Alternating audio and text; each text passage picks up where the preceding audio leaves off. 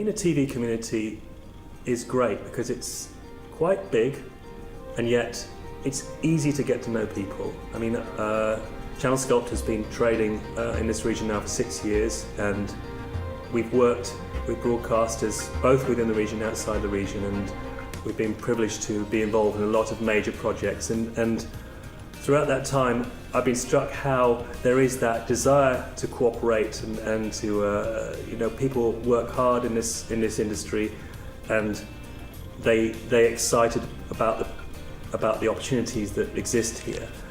Slightly frustrating though, because so often things don't quite pan out the way you'd hope. So if you take audience measurement as an example, we've seen it over several years as a prospect, and it's just now starting to take shape, but it takes a long time. Similarly, a personal bugbear of mine, television listings. It's frustrating to me that after all these years we still don't have broadcasters producing credible TV listings for 14 days ahead, so that those listings can be published and give viewers a better understanding of what's on TV. So from a professional point of view, that's good in one sense. It means there's always something to do. There's always something to fix and to help, and I see loads of opportunity for improvement within the industry here.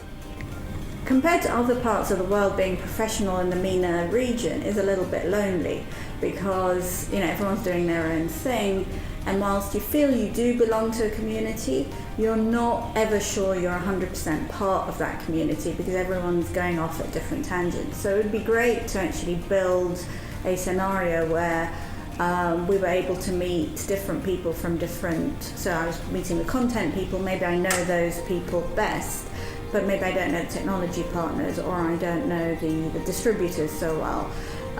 So people tend to stay in their own area of expertise and not kind of meet other people from the industry. And I think it's time that we actually did that and created forums where it was easy to find other people, to ask people questions, to collaborate a lot more, and to really become a bit more mature about what this industry has to offer in the region.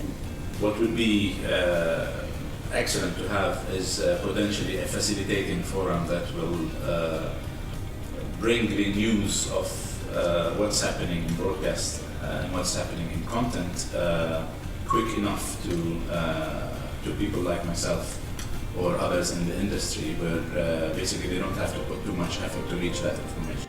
I feel I'm one of the luckier ones, because most of the instances people wanna work with telcos, so we have a very broad knowledge of most of the industry players, and that's a privilege. The challenge is finding time to engage and work with all of them. First of all, obviously it's a small world, so you tend to sort of bump into the same people wearing different hats and different incarnations at different times, so you've got to be careful who you're nice to and who you're not nice to, as they say, whether you're on the way up or on the way down. In that sense, I like it, because you get to know people, you get to know who you can rely on, who you can trust, you get to value people's opinions, and hopefully you establish your own network of people. So it's a good size in that sense. It's there's enough different things happening in the market that everybody can carve out their little niche, but you also get to sort of know people, and if you don't know them, somebody else will. So from that point of view, it's it's I don't know, maybe that's a good thing or a bad thing, but it just is. Working in the MENA TV community is very exciting and very frustrating.